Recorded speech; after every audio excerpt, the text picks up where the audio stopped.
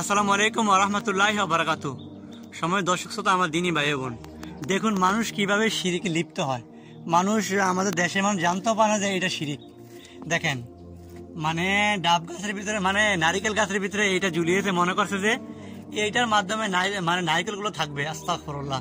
আমরা মুসলমান, আমরা সালাতে পড়ি, ইয়াকা নাবুদু ওয়া ইয়াকা নাস্তাইন, হে আমার রব, আমি একমাত্র আপনার ইবাদত করি, আপনার কাছে সাহায্য প্রার্থনা করি। শিরিক হচ্ছে সবচেয়ে বড় গুনাহ। আল্লাহ সুবহানাহু ওয়া তাআলা পবিত্র কোরআন সূরা নিসার অধ্যায় নম্বর 4 আয়াত নাম্বার 116 নম্বর আয়াতে উল্লেখ করেন যে আমি চাইলে সমস্ত গুনাহ ক্ষমা করবো, তবে শিরিকের গুনাহ কখনো ক্ষমা করবো না। এইটা হচ্ছে একমাত্র শিরিক, এটা হচ্ছে স্পষ্ট শিরিক। এটা কোনো পাথরের ক্ষমতা নাই ডাব নারিকেল মানে মানে কোনোগুলোকে রক্ষা করতে। শিরিক হচ্ছে সবচেয়ে বড় জুলুম। আল্লাহ সুবহানাহু ওয়া তাআলা বলে যে ইয়া বুনাইয়া তুশরিক বিল্লাহ ইন্নাকা শিরকা লাযুলমুন আযীম, হে আমার বর্ষ, শিরিক করিও না, নিশ্চয়ই শিরিক হচ্ছে তোমার রবের সাথে মহা জুলুম।